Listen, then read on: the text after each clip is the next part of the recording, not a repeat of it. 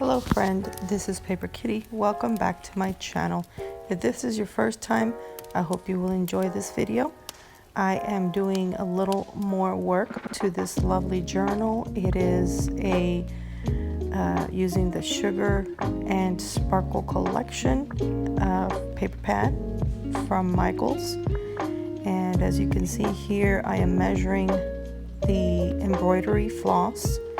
I'm doing basically 3 times the height of the spine is basically what you want to do. So here, I'm gonna link my previous video below so that you could see where I began, and this is kind of where I left off.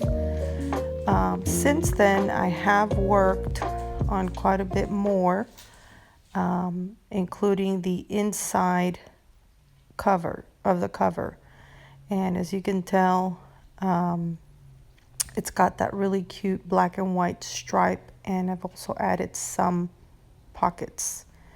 Now I'm just kind of roughly measuring. For some reason the actual measurement was kind of wonky.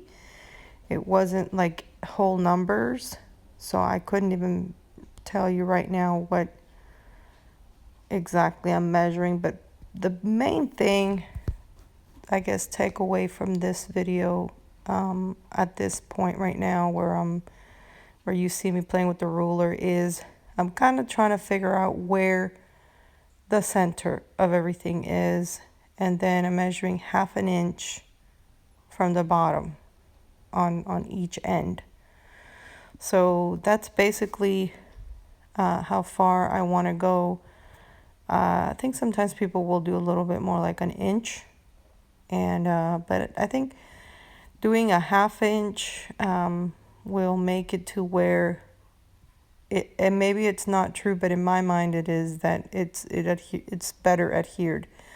So now you can tell that I've bent that little template in half, just because it's an easier way to figure out what the very center of the deal is by doing that.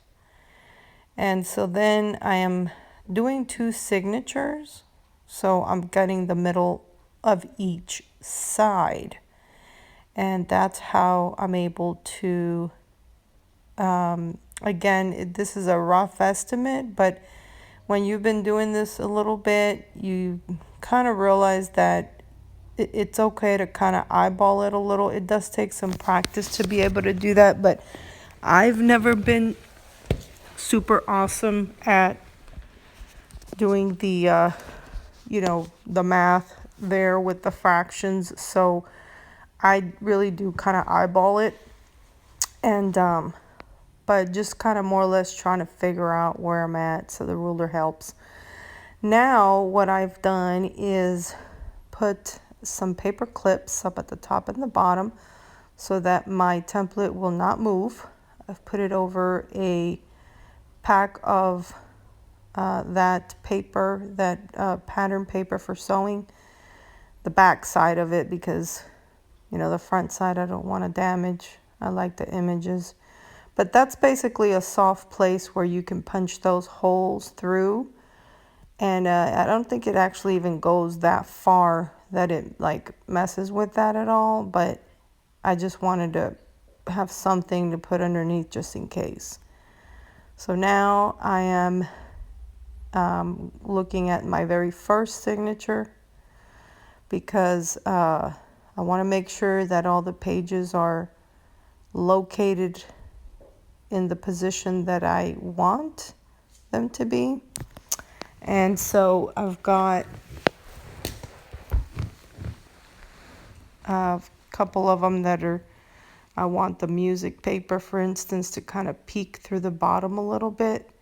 Those short pages, I tend to like them on the bottom so I can put a tag that pops to the top. But this time I didn't want to do that because I wanted that little music paper to pop out. So I also did a little something different in the center. I tend to like to have a really pretty scrapbook paper in the center there, because again, that's another feature of a book.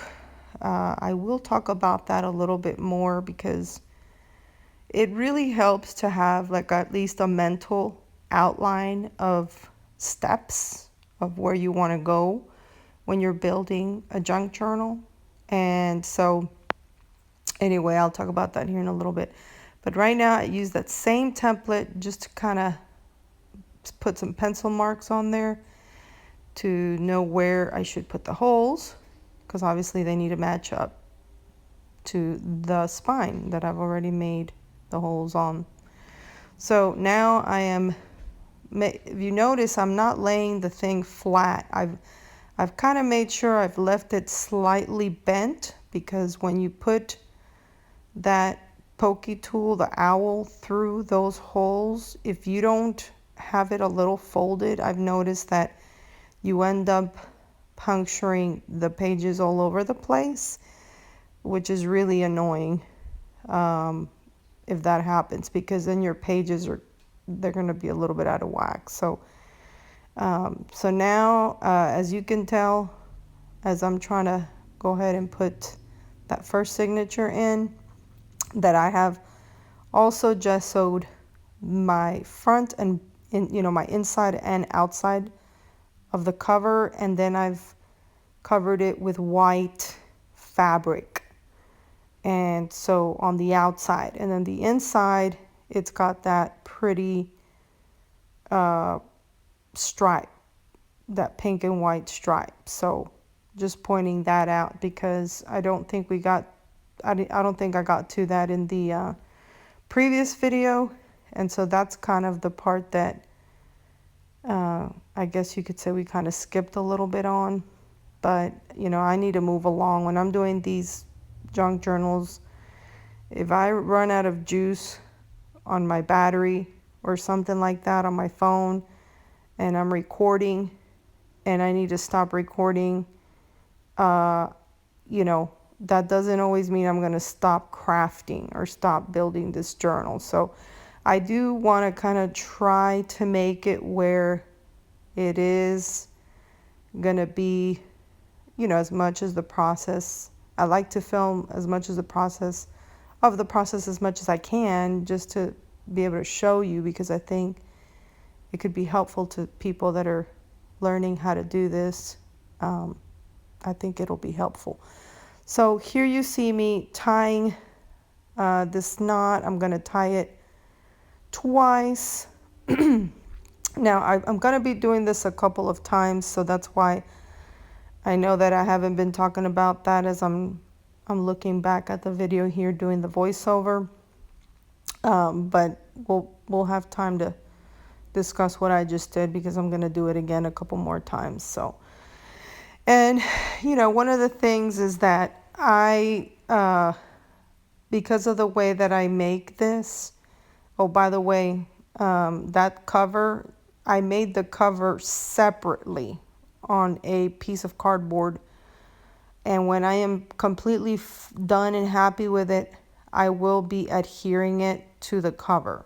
So just to let you know that I am working on that cover, but I'm not going to adhere it yet. And one of the reasons I'm not going to do that yet is because I do want to cover the spine, because I have a beautiful ribbon that I want to put on there, and then also I want to cover the back with a really, really pretty like a beige little cream lace that I think is beautiful, and it ends up turning out really beautiful. So anyway, yes, I am actually doing this whole process all over again on the same signature, and that is because when I moved the pages around, they were moving too much for me. I don't think there's anything wrong with doubling up on your signature, as far as doing it again on the same signature, because the point of it is for it to be attached well. and not to move around, and because you're going to be working on this book and you don't want the pages to be coming out. So now I understand that most, people that get really good at this or maybe use a different style of binding may be able to do it one time and it's perfect and everything. But this is the way that I learned to bind the book, and I find that it is a good way, but I do think that a lot of times I do end up having to double up on it because, again, I just want to make sure that it is adhered very well and that those pages are not going to come out. So yes, I end up doing that again on the second signature, especially if I'm going to go ahead and cover the spine.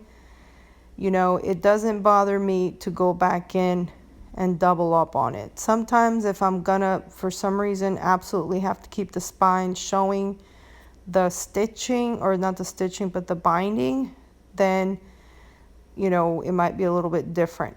I might feel like I need to redo it all together and just, cut it out and do it again. But I think it's easier to reinforce it once you've already stitched it once, because it's less likely to move on you if you've already done it one time.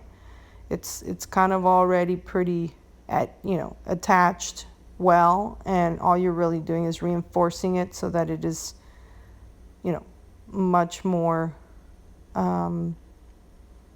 secure, basically. So, okay. This is the second signature. Again, I'm grabbing my little template so that I can put some pencil marks exactly where the holes are going to be. Again, I have my template marked up and down because, believe it or not, it makes a difference. Then as far as making the holes, I am keeping the signature slightly bent at the middle, because if you just poke all right through the middle with the thing being flat, you have a great chance of poking through some papers in the wrong way. Trust me, I've done that before many times. So but when you do it like this, it ends up being pretty much right where you've bent the papers, which is what you want. You don't want the holes to be on the side of the paper. So if that makes any sense. Okay, so now, as you can tell, I'm going back in through the outside this time. After I've left a little tail on the inside. I'm sorry that the frame here is a little bit, you can't see that well, but the shot there. But anyway, the bottom, you see how I've put it in through the middle on the inside, and then out through the back, and then back inside through the bottom, right? And in through into the middle on the inside. And then I've tied that. So I tie that before I continue. I don't know that I've seen other people do that. But there again, it's my way of doing it because I feel like I need to make an extra effort to make sure that this is tight enough. So I've now gone in through the top and out through the middle on the inside and then tied it. And so I'm going to be tying that a couple times. And see, it's a little wiggly. Don't love that. And so I'm not happy with that. And I think most people would be okay with that, but I'm not okay with that because, in addition to the fact that I do at least make an effort to make these as best as I can, I do sell them sometimes. And so I don't want, anyone that's purchasing these to feel like, I didn't do the best. So I am doubling up here again. Like I said, I don't think there's anything wrong with that. I'm sure that there's some people that might, think otherwise, and that's fine. That's their opinion. Like I said, the goal is for it to be adhered well and not move on you, and when you're working on it, that you don't have pages falling out very easily. So I am going to be tying this again twice. So I do that on the first time. I go in through the middle, out through the out through the outside, and then to the bottom, then back on the inside. So then I go ahead and make some knots again when I go through the top, which is what I'm doing now. I'm going back through the top and through the middle, inside the book, and there I'm going to tie it again. So that's the second time I'm tying this, and I tie it twice. So there's a lot of tying, a lot of knots there because, yeah. Now I do cut the extra, I only need 2 dangly strings in the middle of signature. So this is the end of the video, and I want to thank you for joining me. If you enjoyed this episode, give me a thumbs up. If you are a subscriber, I want to thank you a whole bunch because it really encourages me to know that you're watching.